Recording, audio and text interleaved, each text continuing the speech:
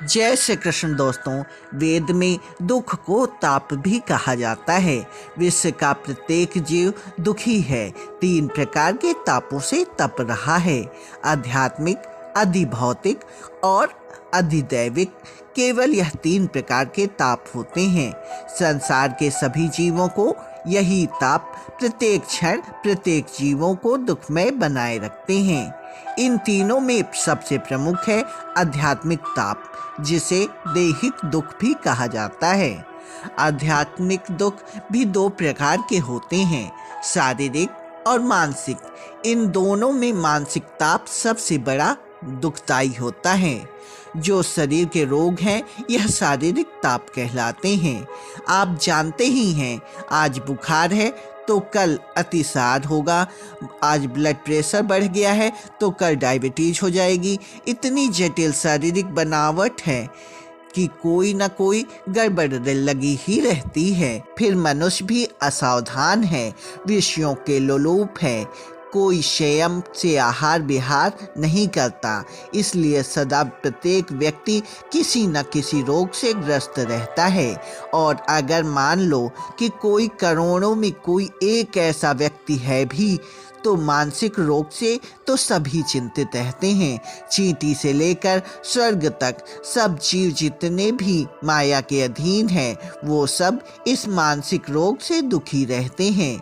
मानसिक ताप है काम, क्रोध, लोभ, मोह, मद, मत्सर, घृणा, ईर्ष्या, द्वेष, भय आदि। इनमें से 3 प्रमुख हैं, काम, क्रोध और लोभ। और इन तीनों दुखों में प्रमुख है काम, जो संसार संबंधी सुख की इच्छा यही दुखों की जननी है। और जो इन सब दुखों का मूल है वह है अज्ञान। अज्ञान क्या है? हमने अपना स्वरूप भुला दिया है। मैं कौन हूँ? बस इतनी सी भूल ने हमारे अनादिकाल के अनंत जन्म 84 के शरीर में घूम घूम कर अपने आप को दुख से युक्त करते जाते हैं।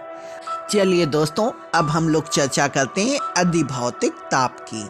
अधिभौतिक ताप दूसरे जीवों के कारण मिलती है।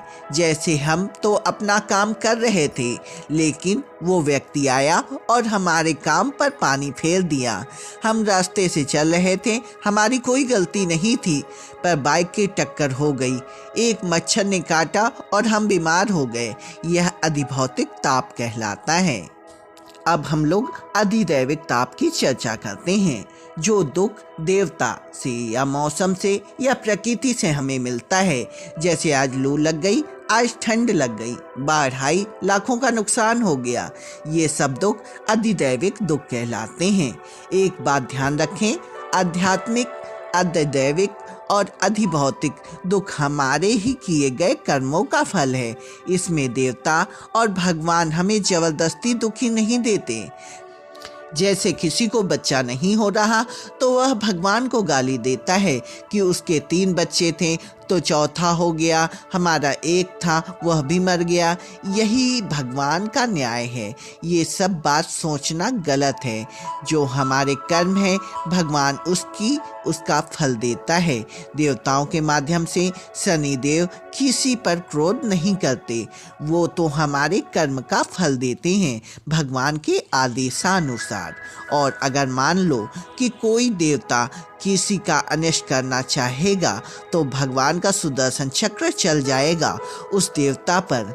दोस्तों, गोवर्धन लीला के माध्यम से भगवान श्री कृष्ण ने यह बताया भी था। जब इंद्र क्रोध में आकर वृंदावन पर पानी से डुबोकर मारने चले आए थे, तो श्री कृष्ण ने सभी वृंदावन वासियों को बचाया था।